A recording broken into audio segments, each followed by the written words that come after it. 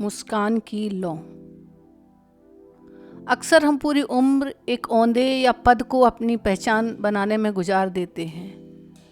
हम भूल जाते हैं कि कुर्सी पर बैठने वाला इंसान एक दिन उतर जाता है, लेकिन वह पद उस इंसान के भीतर इस कदर घर कर जाता है कि रिटायरमेंट के बाद भी वह साधारण नहीं हो पाता। हम अपनी गंभीरता को रुतबे के पीछे अपनी सहज मुस्कान को कहीं दफन कर देते हैं। पर क्या होता है जब जिंदगी के ढलते सूरज के साथ हमें यह एहसास होता है कि जिस गरिमा के बोझ को हम ढो रहे हैं वह दरअसल हमारा अपना ही बनाया हुआ एक पिंजरा है। आज गर्भनाल के मंच पर हम एक ऐसी प्रतीकात्मक कहानी लेकर आए हैं जहां कोई नाम नहीं है, केवल अधिकार, अनुशासन, वर्दी जैसे किरदार हैं। यह कहानी है उन बुजुर्गों की जो अतीत की राख में अपना भविष्य ढूंढ रहे थे, लेकिन फिर एक नन्हे से कागज के जहाज ने उन्हें जीवन का सबसे बड़ा सच सिखा दिया। आइए जानते हैं कि कैसे साहब कहलाने वाले को मुँह को छोड़कर इंसान बन जाना ही जीवन की सबसे बड़ी उपलब्धि है। क्योंकि सच तो यही है कि ज़्यादा मुस्कुराइए, क्योंकि मुस्कुराहट से ही जीवन को साध्य बेला रोशन होती है। शहर के उस पुराने पार्क में एक पीपल का पेड़ था जिसकी छांव में एक लोहे की बेंच रखी थी। उस बेंच पर बैठने वालों के लिए समय जैसे ठहर गया था। शाम के ठीक 4 बजे 4 आकृति नुमा बुजुर्ग वहाँ कदम रखते थे। उनके चलने के अंदाज में आज भी वह अकड़ थी जो कभी सचिवालय के गलियारों या पुलिस थानों में हुआ करती थी। उनमें से एक था अधिकार। जब वह सक्रिय सेवा में था तो उसके एक हस्ताक्षर से करोड़ों के टेंडर पास होते थे। उसकी मेज के सामने बड़े बड़े उद्योगपति हाथ जोड़कर खड़े रहते थे। आज उसकी जेब में केवल एक पुराना कलम है, लेकिन उसके सोचने का तरीका आज भी वैसा ही था जैसे वह पूरे शहर का मालिक हो। दूसरा था अनुशासन। उसने 40 साल एक कड़क हेडमास्टर के रूप में बिताए थे। उसके स्कूल में पत्ता भी उसकी मर्जी के बिना नहीं हिलता। आज भी वह पार्क में बैठता तो अपनी छड़ी को इस तरह जमीन पर ठोकता जैसे मिट्टी को भी अनुशासन करना चाहता। तीसरा था वर्दी, जिसने पूरी अपनी जिंदगी कानून की रक्षा और अपराधियों के भय में गुजारी थी। रिटायरमेंट के 10 साल बाद भी उसकी आंखें लोगों को गुनहगार की नज़र से देखती थीं। उसके चेहरे पर कठोरता की ऐसी परत थी जिसे समय की धूप भी नहीं पिघला पाई थी। और चौथा था गति। रेल विभाग का वह अफसर जिसके नियंत्रण से हजारों मील लंबी पटरियां और दौड़ती हुई ट्रेनें थीं। वह हमेशा घड़ी देखता रहता जैसे उसकी जिंदगी अब भी किसी टाइम टेबल से बंधी है। ये चारों उस बेंच पर बैठते तो उनके बीच आत्मीयता नहीं थी। कोई किसी के परिवार का हाल नहीं पूछता था, ना ही कोई अपनी सेहत की चर्चा करता था। उनकी बातों का विषय था अतीत का वह रसूख। तुम्हें पता है वर्मा, माफ़ करना अधिकार साहब, वर्दी ने कहा, जब मैं उस रेंज में था तो मंत्री भी सीधे मुंह बात नहीं करते थे। हाँ, अधिकार ने लंबी ठंडी सांस भरकर जवाब दिया, मेरे विभाग में तो फाइलें मेरे इशारे पर नाचती थीं। आजकल के लड़के क्या समझेंगे काम करना। वे भूल चुके थे कि अब उनके पास कोई अर्दली नहीं जो उनके लिए चाय लाए, ना ही कोई लाल बत्ती गाड़ी जो ट्रैफिक रुकवा दे। वे वर्तमान के साधारण जीवन में एक अपमान की तरह जीते थे। उन्हें लगता था कि यदि वे हंसेंगे या तो सहज रहेंगे तो उनकी वह गरिमा धूल में मिल जाएगी। वे अपनी बनाई हुई मर्यादा के पिंजरे में कैद थे जहां ताला उनके अपने अहंकार ने लगाया था। एक शाम कोहरा घना था।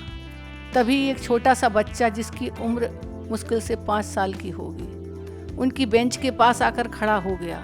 उसके हाथ में एक कागज का टुकड़ा था जो मुड़ चुका था और बीच से फट गया था। बच्चे की आंखों में मोटे मोटे आंसू थे। अनुशासन अपनी छड़ी जमीन पर पटकते हुए उसे डांटा, चलो यहाँ से, देखते नहीं यहाँ बड़े लोग बैठे हैं, शोर मत करो। वर्दी ने अपनी घनी मूंछों को ताव देते हुए वहाँ से जाने का इशारा किया, लेकिन बच्चा नहीं हिला। वह सिसकियाँ भरता रहा। तभी गति की नज़र उसके बच्चे के आंसुओं पर पड़ी। उसने देखा कि बच्चा उस फटे हुए कागज को जोड़कर एक हवाई जहाज बनाना चाहता था, लेकिन वह बार बार गिर रहा था। अचानक अनुशासन के भीतर का एक शिक्षक जाग उठा, जो 30 साल पहले बच्चों को पढ़ाने के लिए नई नई तरकीबें सोचता था। शिक्षक जो प्रशासनिक फाइलें और हेडमास्टर की कुर्सी के नीचे कहीं दम छोड़ चुका था, उसने अपनी छड़ी बगल में रखी और बच्चे से वह कागज ले लिया। पार्क में सन्नाटा छा गया। अधिकार और वर्दी अचंभे से देख रहे थे कि शहर का सबसे कड़क हेडमास्टर आज एक फटे हुए कागज के साथ क्या कर रहा है। अनुशासन ने बड़ी कुशलता से उस कागज को मोड़ना शुरू किया। उसके कांपते हुए हाथ में अचानक एक स्थिरता आ गई। उसने पन्नों को इस तरह घुमाया कि वह फटा हुआ हिस्सा अंदर गया और कुछ ही मिनटों में एक सुंदर कागजी जहाज तैयार हो गया। उसने हवा में उसे उछाला। वह जहाज लहराता हुआ गया और बच्चे की गोद में गिर गया। बच्चा खिलखिलाकर हंसा। उस मासूम हंसी की गूंज पार्क में फैल गई। उस एक पल में अनुशासन के चेहरे पर भी एक झिझकती हुई मुस्कान आई। वह मुस्कान किसी पद की मोहताज नहीं थी। उसने बरसों से ओढ़ी हुई उस भारी गंभीरता के मुखौटे को उतार फेंका। धीरे धीरे अधिकार, वर्दी और गति के चेहरे की जकड़न भी ढीली होने लगी। उन्हें महसूस हुआ कि कागज के जहाज ने उन्हें उस भारी मलबे से बाहर निकाल लिया जिसे वे बरसों से गरिमा के नाम पर ढो रहे थे। अगले दिन वे बेंच पूरी तरह से बदल चुकी थी। अब वहाँ पदों की नुमाइश नहीं होती थी। अधिकार ने अपनी उंगलियों की इस्तेमाल अब फाइलों के दस्तावेज के लिए नहीं बल्कि पार्क की गीली मिट्टी से छोटे छोटे खिलौने बनाने के लिए शुरू किया। वह बच्चों को मिट्टी के घोड़े, हाथियाँ बनाना सिखाने लगे। वर्दी ने अपनी लाठी किनारे रख दी। उसने पार्क के पेड़ों पर घायल परिंदों के लिए पुरानी लकड़ियों से घोंसले बनाना शुरू किया। वह जो कभी सजा देता था अब जीवन बचाने में जुट गया। गति ने घर के पुराने कबाड़, बोतलों और तारों को इकट्ठा किया और बच्चों के लिए छोटे छोटे विज्ञान के मॉडल और पवन चक्कियाँ बनाने लगा। वे अब साहब नहीं थे, वे सर्जक थे। मोहल्ले के लोग जो पहले उन्हें देखकर रास्ता बदल लेते थे, अब अपनी सुबह की शुरुआत उनकी एक मुस्कान से करना चाहते थे। बच्चे उन्हें दादाजी कहकर पुकारते और उनके साथ वैसे ही खिलखिलाकर हंसते जैसे कोई बचपन वापस मिल गया हो। उन्होंने जान लिया कि जीवन का सबसे बड़ा पद इंसान का होता है। जब तक वे पुरानी सत्ता की राख को पकड़े हुए थे, वे भीतर से बुझ रहे थे। लेकिन जैसे ही उन्होंने कुछ नया रचना शुरू किया और मुस्कुराना सीखा, उनके जीवन की शांत बेला दिवाली की रात जैसी रोशन हो गई। याद रखें, पद जाते हैं, ताकत घटती है, लेकिन आपकी एक मुस्कान वह विरासत है जो कभी समाप्त नहीं होती। ज़्यादा मुस्कुराइए। मुस्कुराने से आप और दूसरे लोग खुश रह सकते हैं। आशा है कि पदों के इस परिवर्तन की कहानी ने आपके हृदय को स्पर्श किया होगा। गर्भनाल का प्रयास है कि हम सब मिलकर अपने भीतर के उस सर्जक को जीवित रखें। यदि आपको इन बुजुर्गों का नया रूप और उनकी मुस्कान पसंद आई हो तो प्लीज़ लाइक करें, सब्सक्राइब करें। Thank you.